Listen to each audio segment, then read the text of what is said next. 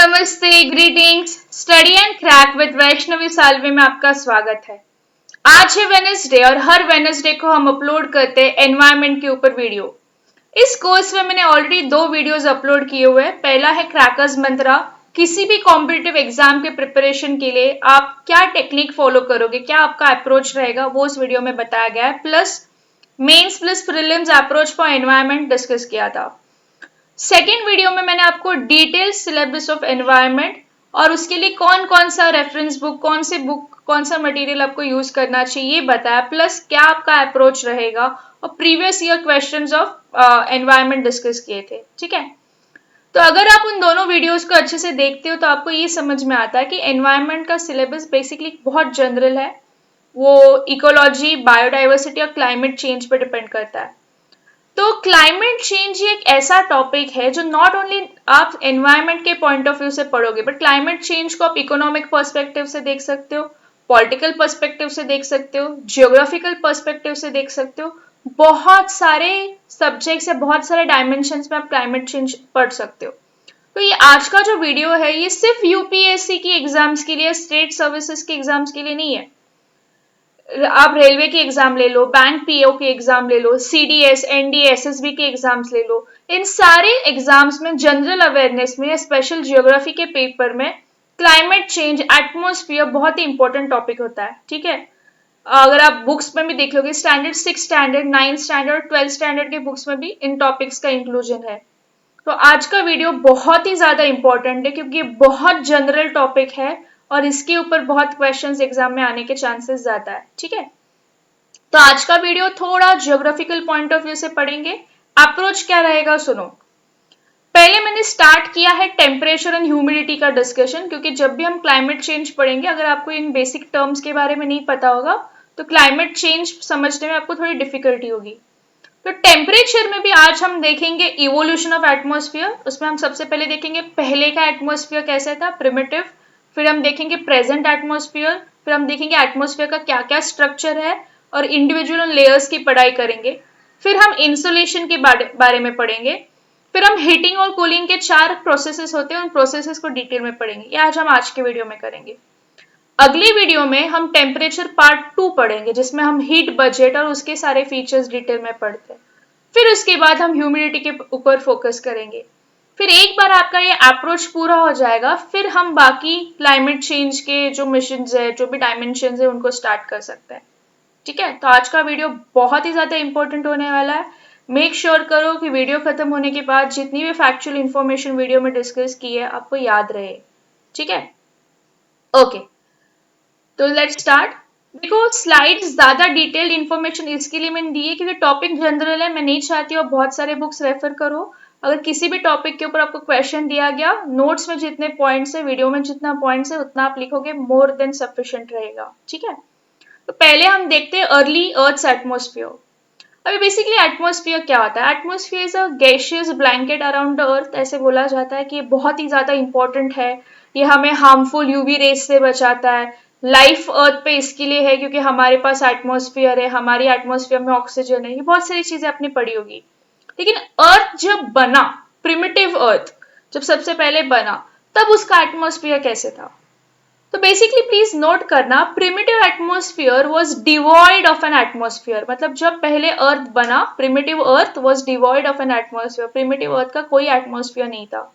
इसका रीजन ये है कि सन की जो रेडिएशन होती थी, सन के जो रेज आते थे, वो इस अर्थ के अराउंड, प्रिमिटिव अर्थ के अराउंड जितना भी हाइड्रोजन, हीलियम या हाइड्रोजन कंटेनिंग गैसेस थी, उनको लूज कराती थी। हीट की वजह से सारी गैसेस लूज आउट हो जाती थी।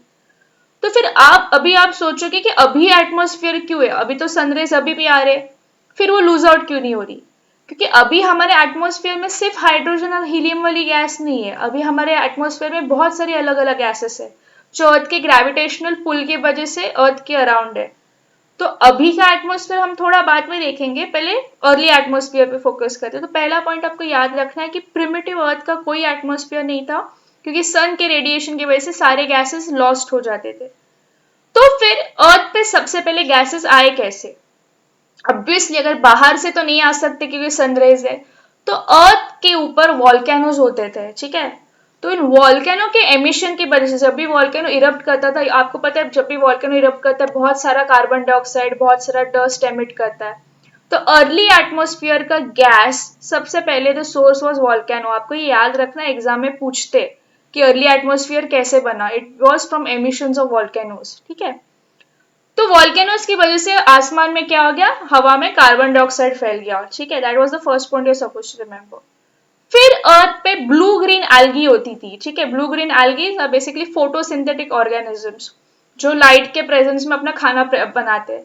तो ये ब्लू ग्रीन एल्गी जो हवा में एटमॉस्फेयर था उसके ऊपर फीड करते थे, और फिर उसके ऊपर फीड करने के बाद उस जो कार्बन डाइऑक्साइड को कंज्यूम करते थे, उस कार्बन डाइऑक्साइड को कार्बोनेट्स में कन्वर्ट करते थे। तो आपको पता है जितने भी मरीन सेडिमेंट्स होते हैं या जितने भी सी क्रिएचर्स के शेल्स होते हैं, वो सारे शेल्स कैल्शियम कार्बोनेट से बने। आपके दांत, आपके बोन्स, वो भी कैल्शियम कार्बोनेट से बना है। तो पहला कैल्शियम कार्बोनेट कैसे बना था कि ब्लू ग्रीन एल्गी ने एटमॉस्फेयर के अंदर जो भी कार्बन डाइऑक्साइड था उसको कंज्यूम करके CO2 को कार्बोनेट में कन्वर्ट किया, ठीक है। तो वॉल्केनो ने कार्बन डाइऑक्साइड दिया, ब्लू ग्रीन एल्गी ने क्या किया, कार्बन डाइऑक्साइड को कार्बोनेट्स में कन्वर्ट किया। इस प्रोसेस की वजह से क्या हो गया, एटमॉस्फेयर में जितना कार्बन डाइऑक्साइड था वो कंज्यूम होने लग गया, कार्बन डाइऑक्साइड का प्रोपोर्शन कम हो गया। As a result oxygen produce होने लग गया, ठीक है। फोटोसिंथेटिक लाइफ ने ऑक्सीजन प्रोड्यूस करना स्टार्ट किया। तो अभी ये ऑक्सीजन पूरा का पूरा एटमॉस्फेयर नहीं बना, इसका भी एक रीजन था। जितना भी ऑक्सीजन बनता था, जमीन पे कुछ पत्थर थे, आयन पत्थर थे, जिसमें आयन फॉर्मेशंस होते थे, ठीक है। आपको पता है iron has a tendency to react with oxygen in presence of moisture. तो ये सारे आयन के पत्थर ऑक्सीजन को एब्जॉर्ब करके, ठीक है, रेडिश आयन का आयन ऑक्साइड्स बनाते थे। तो आपको कॉन्टिनेंटल रेड बेड्स या बैंडेड आयन फॉर्मेशन जब ऐसे बोलते तो ब्लैक रेड ऐसे बैंड्स की तरह पत्थर होते हैं। तो रेड आयन क्यों बन जाता है, क्योंकि आयन कंटेंट ने ऑक्सीजन के साथ रिएक्ट किया।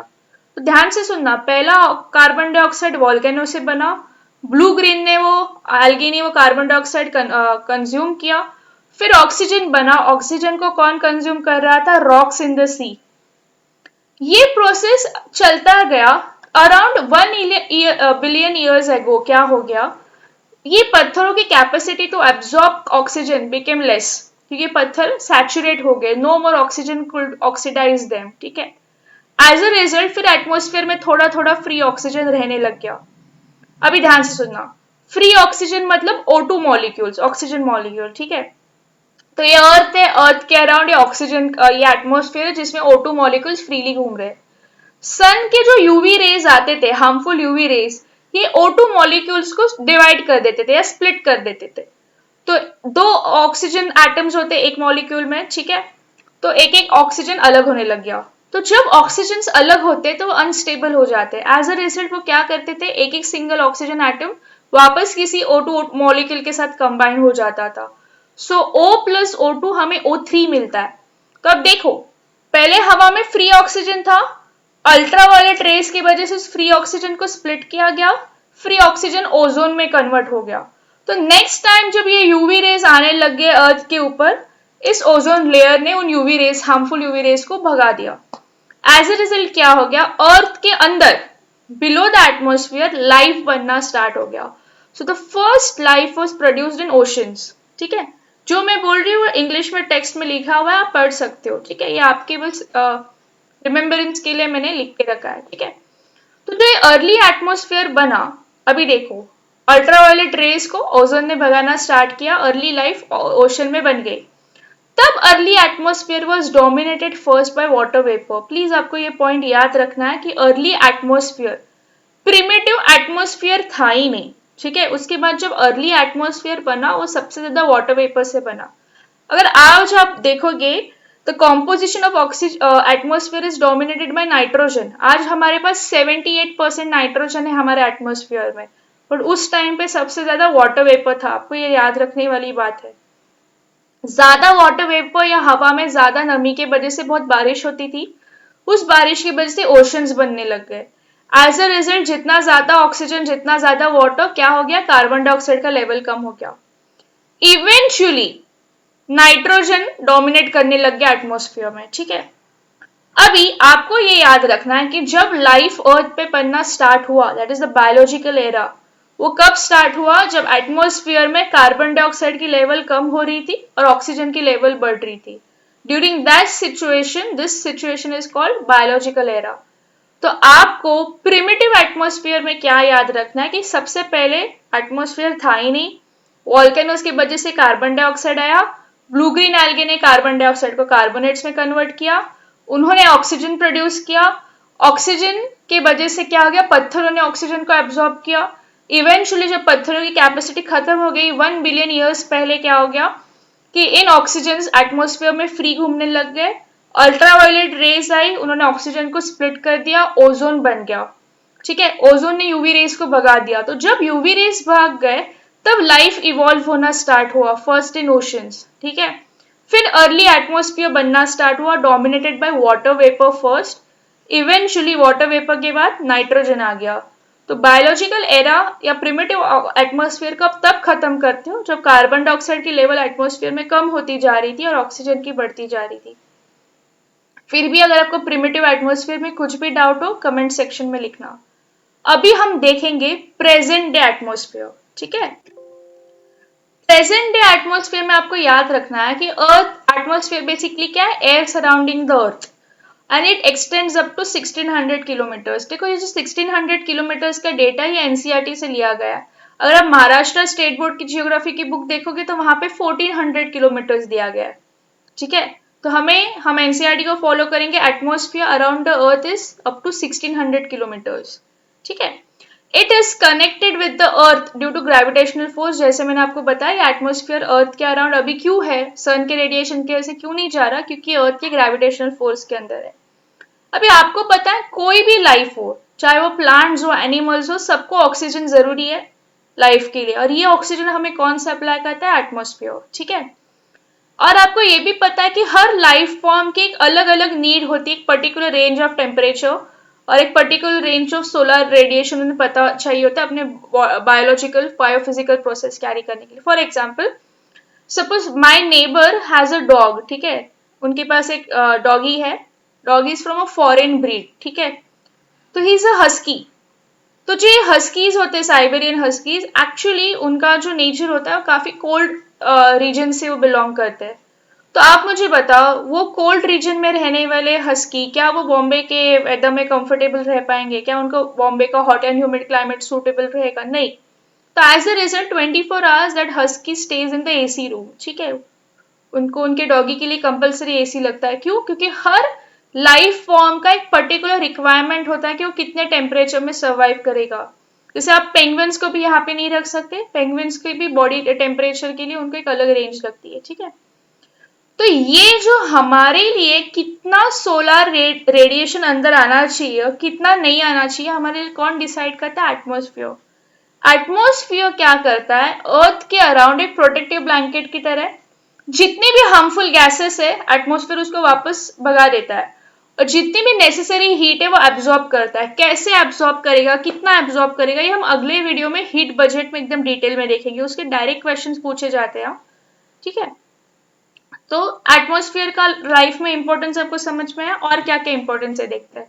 एटमॉस्फेयर ना ही सिर्फ टेम्परेचर रेगुलेट करता है, पर अगर एटमॉस्फेयर नहीं होता तो क्या होता?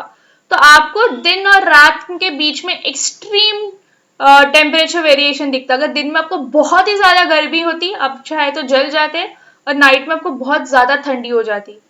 ठीक है, तो you can not survive in absence of atmosphere. दूसरी चीज, अल्ट्रावायलेट रेडिएशन, जो हार्मफुल अल्ट्रावायलेट रेडिएशन होते हैं वो आ जाते हैं, वो हमको स्किन कैंसर कॉज कर सकते हैं, वो इतने डेंजरस रेडिएशन होते हैं। Plus atmosphere protects us from extra terrestrial objects, जो हवा में से मिटियोर्स आते हैं। तो आप पूछो कि मैम मिटियोर्स से हमें एटमॉस्फेयर कैसे प्रोटेक्ट करता है? आपको पता है, जब भी कोई एक्स्ट्रा टेरेस्ट्रियल मतलब स्पेस में जो पत्थर होते हैं, जब भी वो अर्थ के अंदर आने की कोशिश करते हैं, उनको एटमॉस्फेयर के इतने लेयर्स के अंदर से आना पड़ता है।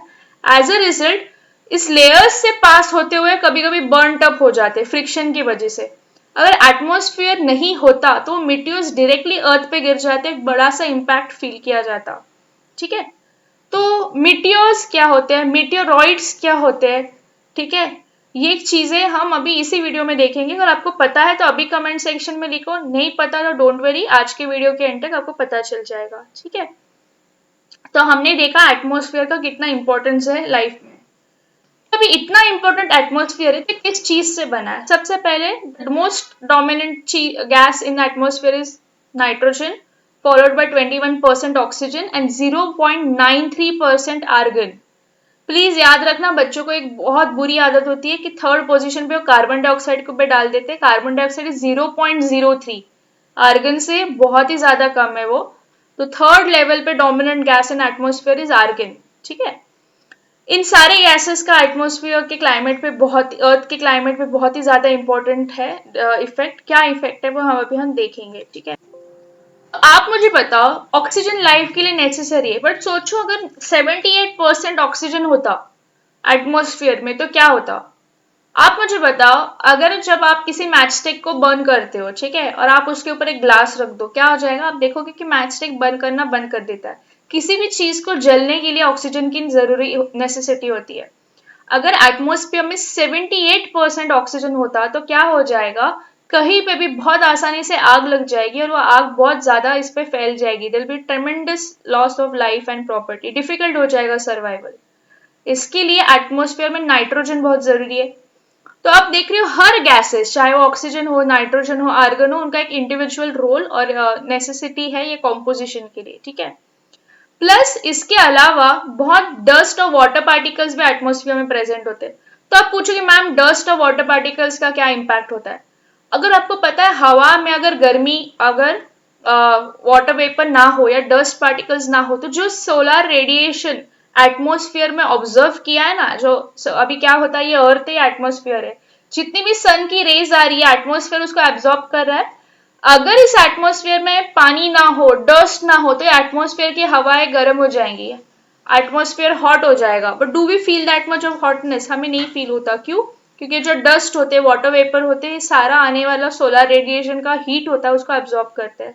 तो इनका भी बहुत ज्यादा इंपॉर्टेंस है। फिर यहाँ पे एक टर्म यूजुअली बच्चे भूल जाते हैं, इसके लिए मैंने दे दिया, large number of solids and liquids particles together they are called aerosols. तो हवा में जितने भी सॉलिड या लिक्विड हो उनको एरोसोल्स बोलते हैं, जैसे डस्ट एंड वाटर वेपर। और एक चीज, नॉट नेसेसरी हर लेवल पे कॉम्पोजिशन फिक्स्ड होता है, जैसे जैसे आप ऊपर जाओगे proportion of gas will change. Oxygen is in negligible quantity at a height of 120 kilometres. तो 120 किलोमीटर्स के ऊपर अगर आप एटमॉस्फेयर में जाते हो आपको ऑक्सीजन बिल्कुल नहीं मिलेगा। Carbon dioxide and water vapour ये सिर्फ 90 किलोमीटर्स तक है from the surface of the earth की मैं बात कर रही हूँ। तो from the surface of the earth up to 90 kilometre आपको पानी और कार्बन डाइऑक्साइड मिलेगा। उसके और आगे 30 किलोमीटर जाओगे तभी तक आपको ऑक्सीजन मिलेगा। 120 किलोमीटर के बाद आपको ऑक्सीजन भी नहीं मिलेगा। ये पॉइंट्स आपको याद रखने हैं क्योंकि ये एनसीईआरटी का डेटा मैंने उठाया हुआ है। ठीक है, इसको थोड़ा आसानी से मैंने यहाँ पे दिया है आपको।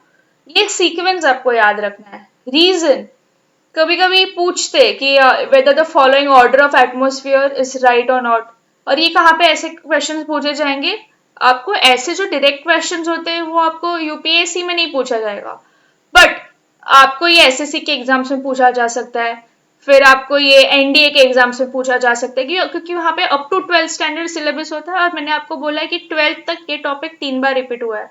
तो आप इसको कैसे याद रखोगे? नो आर्को, इतना याद रखो, नो आर्को, नो में N is nitrogen, O is oxygen, R is argon, CO is carbon dioxide. ही ने कर जे हो, ठीक है, ही ने कर, जैसे अंडरटेकर, आप ही ने कर याद रखो, हीलियम, नियोन एंड कर, एंड जेनॉन एंड हाइड्रोजन। आप देख रहे हो विच what is the least composition का गैस अगर आपको दिख रहा है वो है हाइड्रोजन।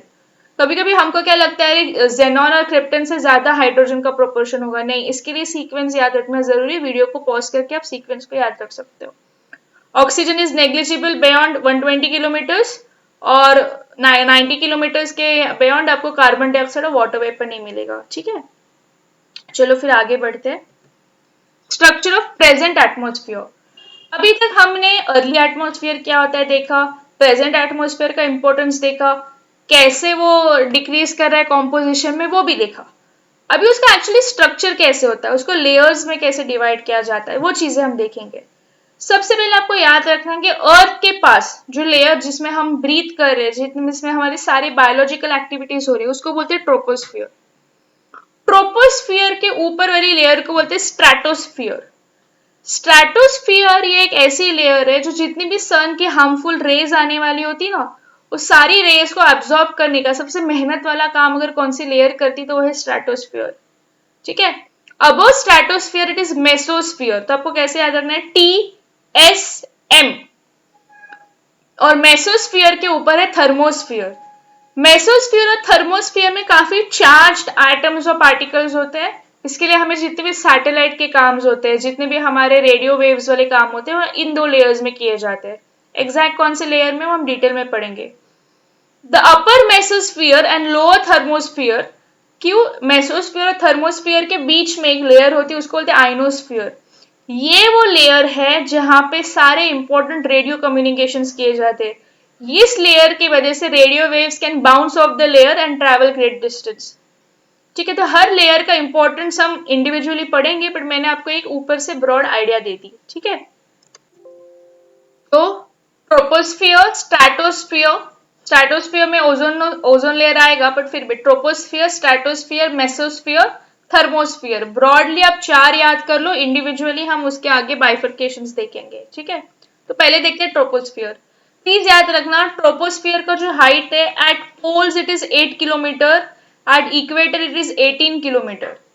अभी आप पूछोगे मैम इक्वेटर पे एटमॉस्फेयर ज्यादा मोटा क्यों है, क्योंकि because of heated air, hot air जो होती है इक्वेटर के पास, इक्वेटर पे वर्टिकल सनरेज गिरती है तो हवा ज्यादा ऊपर हाइट तक जाती है। इसके ट्रोपोस्फियर का altitude is 18 kilometre at equator and poles it's 8 kilometre, ये याद रखना। ठीक है, with altitude temperature in this layer falls at a rate of 6.5 degree पर किलोमीटर। पर किलोमीटर मतलब पर 1000 मीटर। ये एक डायरेक्ट क्वेश्चन सीडीएस में बन सकता है। ठीक है, इसको बोलते हैं लैप्स रेट। लैप्स रेट का मतलब होता है जितने आप टेम्परेचर, जितना आप ऑल्टीट्यूड बढ़ाओगे, जितना आप हाइट बढ़ाओगे, उतना टेम्परेचर गिरेगा। ये तो कॉमन सी चीज याद रखना। आपको भी पता है कि आप जब हिल स्टेशन पे जाते हो यू फील रिलेटिवली कूलर।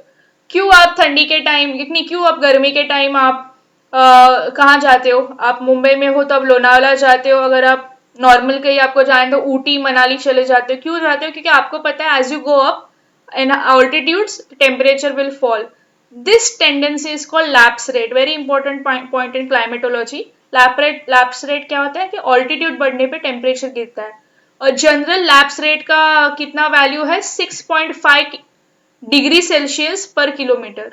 ठीक है, एवरेज हाइट ट्रोपोस्फियर का कितना है, 13 किलोमीटर। देखो पोल्स पे 8 है, इक्वेटर पे 18 है, बट एवरेज हाइट 13 किलोमीटर है। ये चीजें फैक्चुअल है, जो ब्लू में दिया है याद रहना ही चाहिए। Troposphere is marked by temperature inversion, turbulence and Aedes.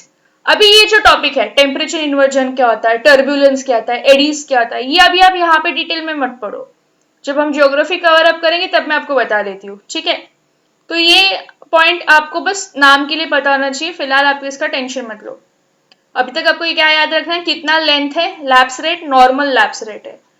It is also meteorologically the most important zone in entire atmosphere. सबसे आपके एटमोस्फियर में इंपॉर्टेंट लेयर कौन सी है, तो ये ट्रोपोस्फियर है। क्यों, क्योंकि सारी बायोलॉजिकल एक्टिविटीज इस लेयर में होती है, सारे क्लाउड फॉर्मिंग प्रोसेसेस इस लेयर में होती है, सारी वेदर चेंजिंग एक्टिविटीज इस लेयर में होती है। आपके रेनफॉल, फॉग, हेलस्टॉर्म, जो भी सारा प्रेसिपिटेशन होता है इस लेयर में होता है।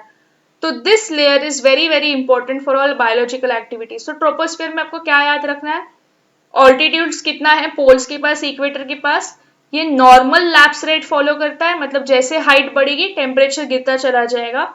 एवरेज हाइट 13 किलोमीटर है, और ये सबसे ज्यादा इंपॉर्टेंट लेयर है एटमोस्फियर की बायोलॉजिकल एक्टिविटीज के लिए, क्योंकि इसी लेयर में सारे क्लाउड्स, बारिश, फॉग, सारी चीजें इसी लेयर में बनती है। ठीक है, एक बार वीडियो को पॉज करके ट्रोपोस्फियर को रिवाइज कर लो। फिर हम देखते हैं स्ट्रेटोस्फियर। अभी 8 से 18, एवरेज 13 किलोमीटर ट्रोपोस्फियर था। जमीन से 50 किलोमीटर तक हवा में दर इज स्ट्रेटोस्फियर।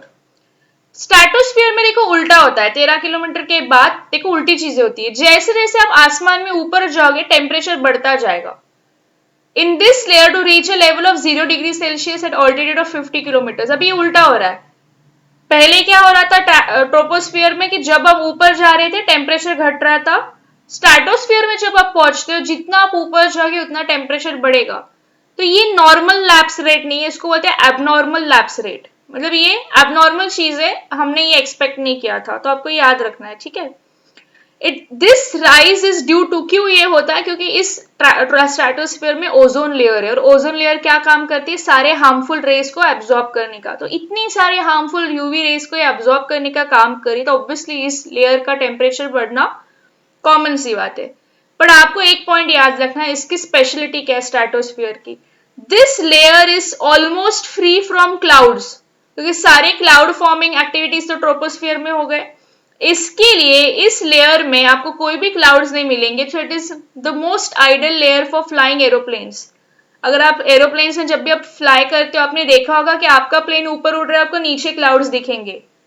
तो जो नीचे क्लाउड्स वाला एरिया है वो ट्रोपोस्फियर है, आप जब उड़ रहे हो तो स्ट्रेटोस्फियर है, ठीक है। Sometimes cirrus clouds are present at lower levels in this cirrus मतलब फेदरी शेप के व्हाइट कलर के क्लाउड्स होते हैं, बहुत ही ट्रांसपेरेंट होते हैं वो।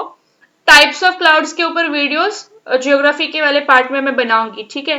ये मैंने बस इसके लिए दिया क्योंकि अगर सपोज कभी एग्जाम में आपको ऐसा स्टेटमेंट आ गया कि cirrus clouds are present at the lower levels of stratosphere, आप बोलोगे नहीं नहीं हमने तो पढ़ा था कि ये लेवल में तो क्लाउड होते ही नहीं, ये रॉन्ग हो गया।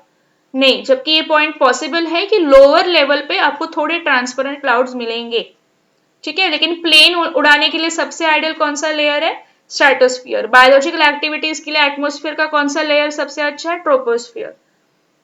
तो मैंने यहाँ पे एक बात बता दी कि स्ट्रेटोस्फियर में आपको ओजोन लेयर मिलता है। तो let us see ozone layer कहां तक मिलेगा। ओजोन लेयर आपको 15 से 30 किलोमीटर की हाइट में फ्रॉम अर्थ सरफेस मिलता है। तो मतलब 30 किलोमीटर के और आगे 20 किलोमीटर 50 किलोमीटर तक स्ट्रेटोस्फियर है। तो स्ट्रेटोस्फियर के एग्जाम एकदम बीच में आपको ओजोनोस्फियर या ओजोन लेयर मिलता है, it is within the stratosphere. 90% of atmosphere's ozone occurs in the stratosphere. अभी आप मुझे बताओ, ओजोन लेयर सन की रेज एब्जॉर्ब कर रहा है, तो जैसे अब ओजोन लेयर में ऊपर जाके टेम्परेचर बढ़ेगा कि कम होगा, ऑब्वियसली बढ़ेगा। So ozone layer follows the same nature as stratosphere, वो है एबनॉर्मल लैप्स रेट। ओजोनोस्फियर को केमोस्फियर भी बोलते हैं, देखो ये पॉइंट इंपॉर्टेंट है क्योंकि यूजुअली आप ये नहीं पढ़ते हो। ओजोनोस्फियर इज ऑल्सो कॉल्ड केमोस्फियर क्योंकि इस लेयर में बहुत सारी केमिकल एक्टिविटीज होती है। प्लीज इस चीज को नोट करना। तो अभी तक ट्रोपोस्फियर, स्ट्रेटोस्फियर और स्ट्रेटोस्फियर के अंदर ओजोनोस्फियर। फिर क्या था, मेसोस्फियर। मेसोस्फियर एक इंटरमीडिएट लेयर है बियॉन्ड स्ट्रेटोस्फियर और ये 80 किलोमीटर तक जाती है। तो आपको तो पता था 50 किलोमीटर तक स्ट्रेटोस्फियर था, 50 से 30 किलोमीटर ऊपर 80 किलोमीटर तक क्या है, मेसोस्फियर। मेसोस्फियर में temperature gradually falls up to -100 degree Celsius at 80 kilometres, ठीक है। तो मेसोस्फियर में आप देखना जैसे आप ऑल्टीट्यूड में ऊपर जा रहे हो टेम्परेचर नीचे गिर रहा है, तो ये फॉलो कर रहा है नॉर्मल लैप्स रेट। ट्रोपोस्फियर में ऊपर जा रहे थे टेम्परेचर कम हो रहा था, नॉर्मल लैप्स रेट। स्ट्रेटोस्फियर में एबनॉर्मल लैप्स रेट, मेसोस्फियर में नॉर्मल लैप्स रेट। तो ये ऑल्टरनेट जा रहा है, पहले ऊपर नीचे फिर ऊपर ही नीचे, इसको आपको नोट करना है। Meteorites burn up in the layer on entering the space. तो मेसोस्फियर क्यों इंपॉर्टेंट है, क्योंकि जितने मीटेओराइट्स है अगर वो बर्न अप नहीं होंगे, अगर एटमोस्फेयर में जल नहीं जाएंगे, तो वो अर्थ पे आके हिट करके इंपैक्ट क्रिएट कर सकते हैं। तो मीटियोरॉइड, मीटियोर्स और मीटियोराइट्स के बीच में क्या डिफरेंस है देखो। जो स्पेस में पत्थर होते हैं एस्टेरॉइड, मीटियोरॉइड्स, उनको मीटियोरॉइड बोलते हैं, जो स्पेस में घूम रहे हैं।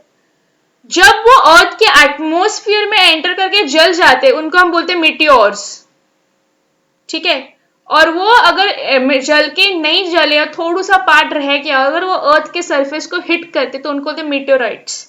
तो ये मीटेओराइट्स मेसोस्फियर में एंटर करने पे थोड़े थोड़े जल जाते हैं। एज अ रिजल्ट क्या होता है, उनकी साइज कम हो जाती है। तो जब वो अर्थ पे हिट करेंगे they will have a lesser impact. तो मेसोस्फियर इसके लिए हमारे लाइफ के लिए इंपॉर्टेंट है। देखो इंपॉर्टेंस देखो, troposphere biological activities, stratosphere plane उड़ाने के लिए, ओजोन लेयर सारा एब्जॉर्ब करने के लिए, और मेसोस्फियर मीटेओराइट्स को थोड़ा बर्न अप करने के लिए। मेसोस्फीयर और थर्मोस्फीयर के बीच में आइनोस्फीयर है, बट पहले हम थोड़ा थर्मोस्फीयर के ऊपर फोकस करेंगे। There is a rapid increase in temperature with increasing height. वापस ये उल्टा हो गया, ये स्ट्रेटोस्फीयर को फॉलो कर रहा है। तो अब देख रहे हो ऑल्टरनेटिवली लैप्स रेट चेंज हो रही है। This layer extends up to 2000 kilometre, another data from NCERT. It includes ionosphere. Ionosphere नाम से आपको पता चलता है, मतलब इसके अंदर आयोन्स है। केमिस्ट्री में अगर आप पूछोगे आयोन्स बेसिकली होते क्या, आयोन्स होते चार्ज स्पीशीज। मतलब अगर उस एटम्स के ऊपर प्लस या माइनस चार्ज हो, मतलब वो अनस्टेबल है, तो उनको हम आयोन्स बोलेंगे, पॉजिटिव आयोन्स, नेगेटिव आयोन्स। ठीक है, तो आइनोस्फीयर का लेंथ देखना 80 से 400 किलोमीटर तक, काफी ज्यादा बड़ा रेंज है। Radio waves transmitted from the earth are reflected back to the earth in this layer. तो अगर suppose if I am sending a signal to person in USA, उसके पास कैसे पहुंचेगा, it will go up to thermosphere, thermosphere में ionosphere पे जाएगा, ionosphere will reflected back to the earth. Despite high temperature in this layer a person will not feel warm. क्यों, इतना ज्यादा टेम्परेचर होके भी किसी इंसान को यहाँ पे ठंडी गर्मी क्यों नहीं लगेगी, क्योंकि यहाँ पे बहुत ही कम प्रेशर है, लो प्रेशर है, तो आपको याद रखना है। और यहाँ का एटमॉस्फेयर बहुत ही रेरिफाइड है। रेरिफाइड का मतलब है एक और दूसरे गैस मॉलिक्यूल में हंड्रेड्स ऑफ किलोमीटर्स का डिस्टेंस है, मतलब बहुत ही ज्यादा खाली एरिया। इसके लिए रेडियो वेव्स को मूव करने में ये लेयर काफी अच्छा है। Plus auroras are observed in lower part of this layer. देखो साइंस एंड टेक्नोलॉजी में मैंने कल फिजिक्स का ऊपर एक वीडियो अपलोड किया था, राइट? तो उसमें मैं बेसिक्स ऑफ फिजिक्स कवर कर रही हूँ। तो उसी पार्ट में इवेंचुअली ऑरोरास क्या होते हैं, कैसे वो ऑरोरा भी बोल सकते हैं, प्रोनाउंसिएशन डज नॉट मैटर, कैसे वो फॉर्म होते हैं वो हम देखेंगे। सो दिस के लिए आपको इंटीग्रेटेड है। अभी देखो यहाँ पे environment point of view science link हो गया, ठीक है। तो आइनोस्फीयर के ऊपर फोकस करेंगे। इसका लेंथ 80 to 400 किलोमीटर है, इलेक्ट्रिकली चार्ज लेयर है। Because of electric charge radio waves are able to transmit. अभी क्योंकि ये थर्मोस्फीयर में, तो आप मुझे बताओ जैसे हाइट बढ़ेगी टेम्परेचर बढ़ेगा। इसको एक ओवरऑल देखते हैं, उसके आगे लास्ट लेयर देखते हैं एक्सोस्फीयर। थर्मोस्फीयर के भी ऊपर एक्सोस्फीयर है। एक्सोस्फीयर इतनी ज्यादा है हाइट में, क्यों ऐसा क्लियर कट बाउंड्री नहीं कि यहाँ पे एक्सोस्फीयर खत्म हो गया। एक्सोस्फीयर आउटर स्पेस में मर्ज हो जाती है। एक्सट्रीमली रेरिफाइड ये है, यहाँ पे गैस पार्टिकल्स के बीच में बहुत डिस्टेंस होता है। और आप देखोगे कि थर्मोस्फीयर के बाद जितना भी हाइट बढ़ेगा टेम्परेचर बढ़ता चला जाता है। एक्सोस्फीयर में आपको हीलियम और हाइड्रोजन जैसे गैसेस मिलेंगे। अपनी जितनी सैटेलाइट्स होती है, जितनी इंक्लूडिंग इंटरनेशनल स्पेस स्टेशन होते हैं, वो एक्सोस्फीयर या एक्सोस्फीयर के नीचे मूव करते। तो आपको याद रखना है कि थर्मोस्फीयर के आइनोस्फीयर तक रेडियो वेव्स, पर हमारी जो जितनी ज्यादा सैटेलाइट्स है वो आइदर थर्मोस्फीयर के अपर लेयर में या एक्सोस्फीयर या उसके नीचे वाले लेयर में रहते हैं। तो इन सारी पिक्चर्स को समझने के लिए पहले एक इमेज को देखते हैं, ठीक है।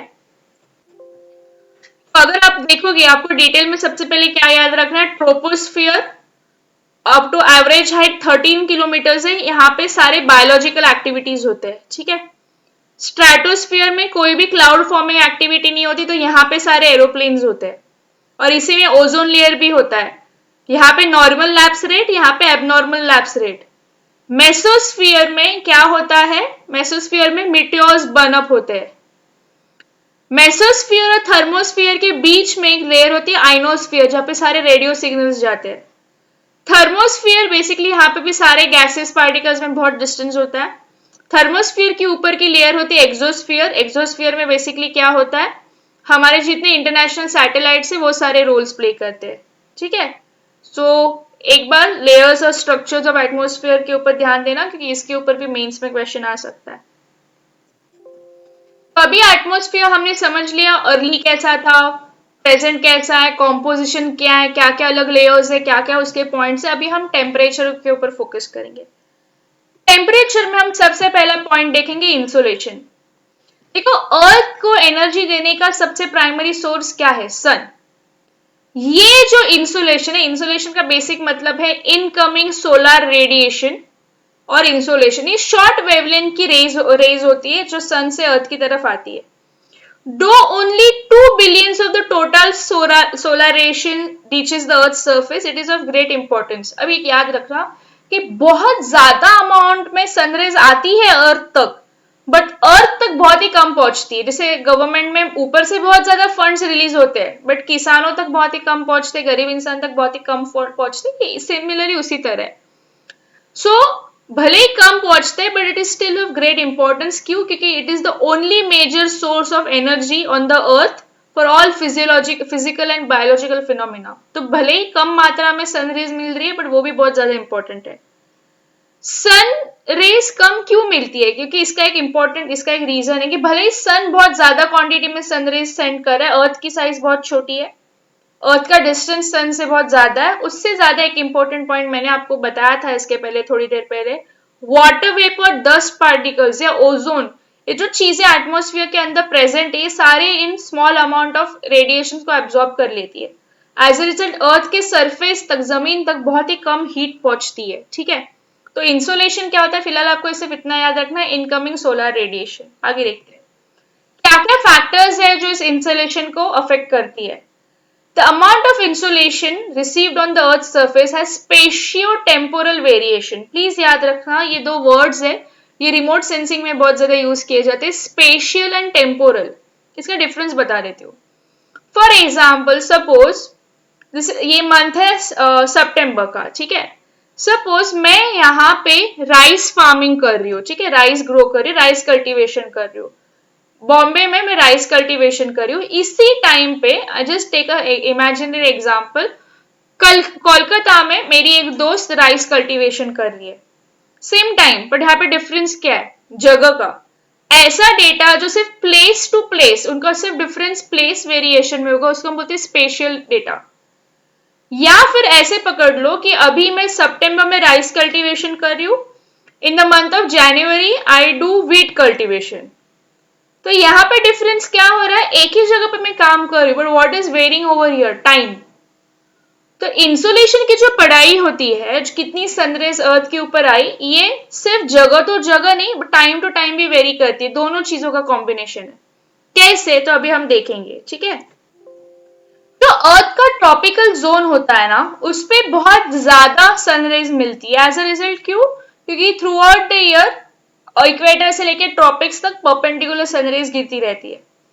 जैसे जैसे पोल्स तक सनरेज जाती है फ्रॉम सन, क्या होता है? एंगल बढ़ जाता है, and because of that heat कम मिलती है। Polar region is always far from the sun in receiving sunrays, ठीक है।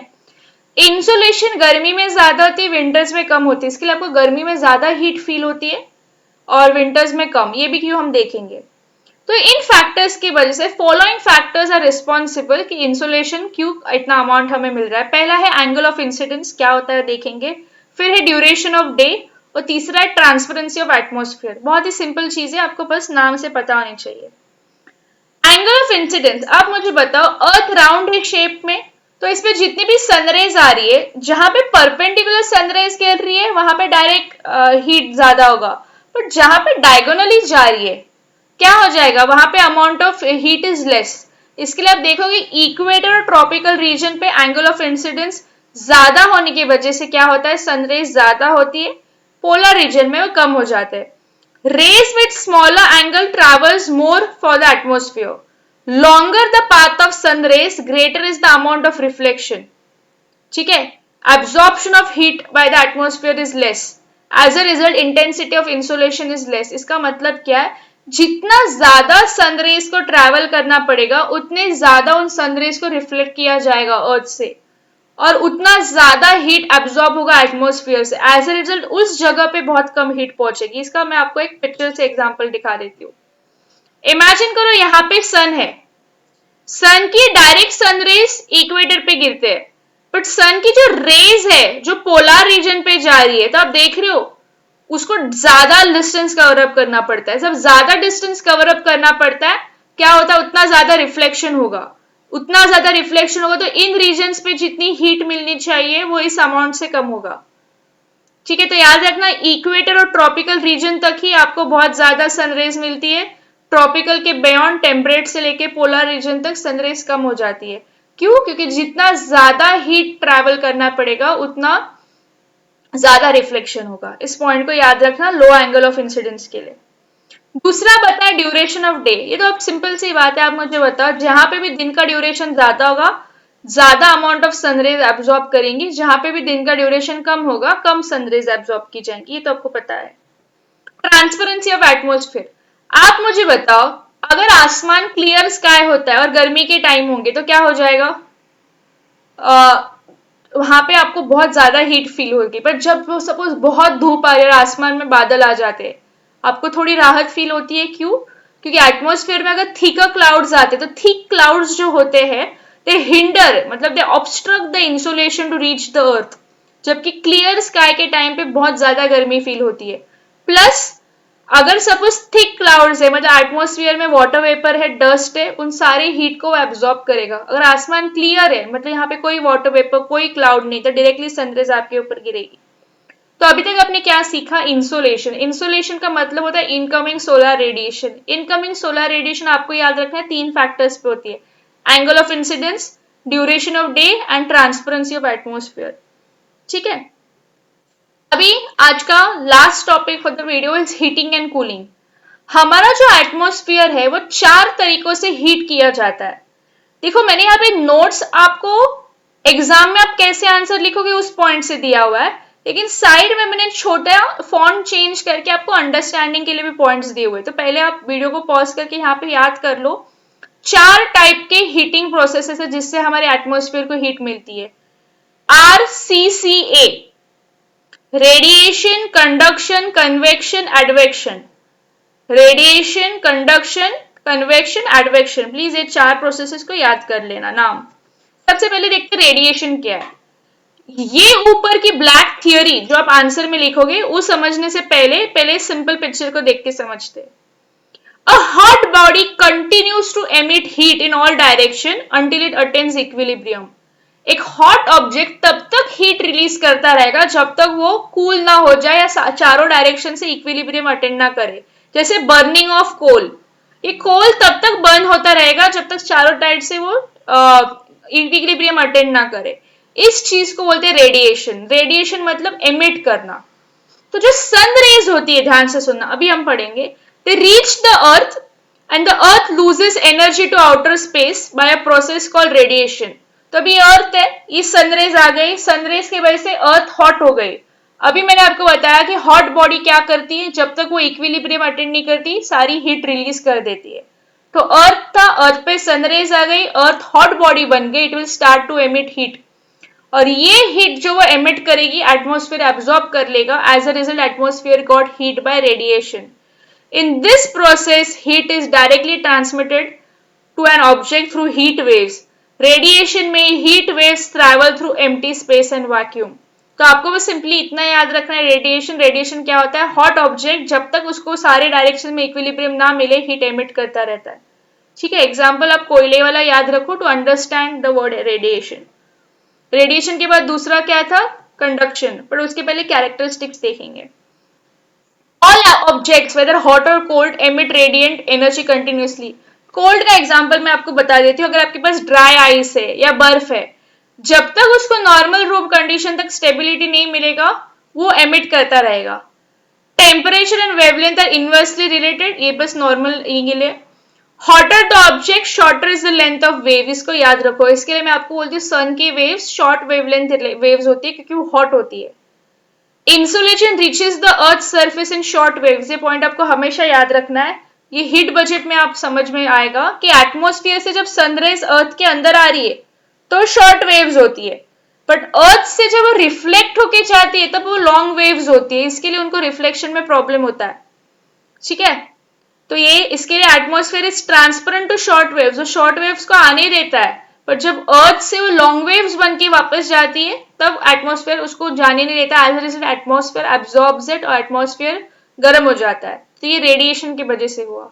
Hence, energy leaving the Earth's surface is terrestrial radiation, which heats up the atmosphere more than the incoming solar radiation. तो आपको ये याद रखना है कि ये अर्थ है, ये एटमॉस्फेयर है और ऊपर से सन है। सन की जब रेज एटमॉस्फेयर के ऊपर आ रही है, एटमॉस्फेयर उसको इतना एब्जॉर्ब नहीं करता, वो उसको ट्रांसफर कर देता है क्योंकि शॉर्ट वेवलेंथ होती है, तो वो अर्थ के पास पहुंच जाती है। लेकिन अर्थ से जब वो रिफ्लेक्ट होके वापस एटमॉस्फेयर में जा रही होती है तो वो शॉर्ट वेवलेंथ लॉन्ग वेवलेंथ में कन्वर्ट हो जाती है। तो एज अ रिजल्ट एटमॉस्फेयर तो लॉन्गर वेवलेंथ को पास नहीं कर पाता, तो ये लॉन्गर वेवलेंथ यही अर्थ और एटमॉस्फेयर के बीच में ट्रैप हो जाती है and as a result atmosphere का हीट बढ़ जाता है, तो उसका टेम्परेचर बढ़ जाता है। तो ये लास्ट पॉइंट सबसे ज्यादा इंपॉर्टेंट है कि एटमॉस्फेयर अर्थ के टेरेस्ट्रियल रेडिएशन से ज्यादा हीट अप होता है इनकमिंग सोलर रेडिएशन से कंपेयर करके। ठीक है, तो रेडिएशन समझ में आया। अभी कंडक्शन देखते हैं। कंडक्शन भी समझने के लिए सबसे पहले हम वो डेफिनेशन पढ़ते हैं। Process of transfer of heat cause due to physical contact without movement of particles. Example देखो, ये गर्म बर्तन है, बहुत ही ज्यादा गर्म लिक्विड है, उसमें मैंने एक स्पून रख दिया। थोड़ी देर बाद अगर आप उस चम्मच को जाके हाथ लगाओगे आपको चम्मच हॉट लगेगा। क्या ऐसे हुआ कि वो अंदर जो सूप है वो चम्मच के ऊपर आ गया है? नहीं। Have the soup particles moved up? नहीं, but the soup has become hot. Why? It is only because of transfer of heat, because they have come in contact with each other. तो जब दो कोई ऑब्जेक्ट्स एक दूसरे के contact में आते हैं और हॉटर ऑब्जेक्ट से कूलर ऑब्जेक्ट तक हीट ट्रांसफर होता है, उस प्रोसेस को हम बोलते हैं कंडक्शन। ठीक है, however this is a minor method of heat transfer in terms of warming the atmosphere, क्योंकि एटमॉस्फेयर में बहुत ऐसे कम चीजें होती है जिससे हवा कांटेक्ट में आती है और हवा हॉट हो जाती है, तो कंडक्शन इतना डोमिनेंट नहीं है। रेडिएशन में टेरेस्ट्रियल रेडिएशन इंपॉर्टेंट है, लेकिन कंडक्शन में भी अर्थ कहां पे हीटेड होगा आप मुझे बताओ। एटमॉस्फेयर में बीच में जाके तो कोई हॉट ऑब्जेक्ट को आप तो कांटेक्ट में दोगे नहीं। यहाँ पे अगर हमने कहीं फायर कॉज किया, कुछ वॉल्केनिक इरप्शन हो गया, कुछ हो गया, so important in heating lower levels of atmosphere. Conduction earth को हीट करने, एटमॉस्फेयर को हीट करने में बहुत छोटा रोल प्ले करता है, वो भी लोअर लेवल्स ऑफ एटमॉस्फेयर में। रेडिएशन देखा, कंडक्शन देखा, कन्वेक्शन देखते हैं। कन्वेक्शन सिर्फ ट्रोपोस्फियर में होता है। अभी कन्वेक्शन बेसिकली होता है क्या, देखो पहले मैं आपको पिक्चर्स द्वारा समझा देती हूँ। आपको ये बॉइलिंग वाटर दिख रहा है, ये बॉइलिंग वाटर में जो बॉइलिंग स्टीम है, जो स्टीम आपको दिख रही है, स्टीम ऊपर जा रही है कि साइडवेज जा रही है? एग्जैक्टली ऊपर जा रही है। बट ये ऊपर क्यों जा रही है? क्योंकि हम नीचे उस गैस बर्नर से हमने पानी को बॉईल किया है। अब मुझे बताओ, हीट तो हम नीचे सप्लाई कर रहे हैं बट पानी बॉईल कहाँ हो रहा है? ऊपर। इसका मतलब ये जो भी हीटिंग वेव्स है, ये जो भी हीटिंग है, ये हीट ऊपर जा रही है, वर्टिकल हीटिंग हो रहा है। So transfer of heat from one place to another in general vertical heating, उसको हम बोलते हैं कन्वेक्शन। तो एटमॉस्फेयर में कब होता है? The air of lower layers of atmosphere gets heated by the earth's radiation और कंडक्शन। अर्थ के ऊपर जितनी भी सनरेज आई, जो भी चीजें आई, उस चीज की वजह से लोअर लेयर ऑफ एटमॉस्फेयर क्या होती है? हीट अप हो जाती है। ये हीटेड अप एयर क्या करती है? एक्सपांड होने लगती है। आपको पता है गर्म हवा हमेशा ऊपर मूव करती है, जैसे जैसे ऊपर जाएगी, ऊपर एटमॉस्फेयर में, अभी इमेजिन करो जमीन है, जमीन के ऊपर सनरेज आ गई, अर्थ का सरफेस हीट अप हो गया, तो यहाँ पे जितनी भी हवा थी ऊपर चली गई। एज अ रिजल्ट जितनी भी हवा ऊपर चली जाएगी, यहाँ पे एक वैक्यूम क्रिएट होगा। इस वैक्यूम को कवर अप करने के लिए आजू बाजू की जो भी कोल्ड एयर होगी वो इस एरिया में आ जाएंगी। तो ये मूवमेंट क्यों हुआ? क्योंकि वर्टिकल हीटिंग के वजह से। So this cyclic transfer of heat from lower layer to upper layer heats up the atmosphere. तो ये लोअर लेवल से ही स्टार्ट होता है, इसको बोलते हैं कन्वेक्शन। कन्वेक्शन में आपको सिर्फ याद रखना है वर्टिकल हीटिंग होता है। तो रेडिएशन में ऑब्जेक्ट हीट एमिट करता है, कंडक्शन में फिजिकल कांटेक्ट में आने पे हीट ट्रांसफर होता है, और कन्वेक्शन में वर्टिकल हीटिंग होता है। अभी हम देखते हैं एडवेक्शन।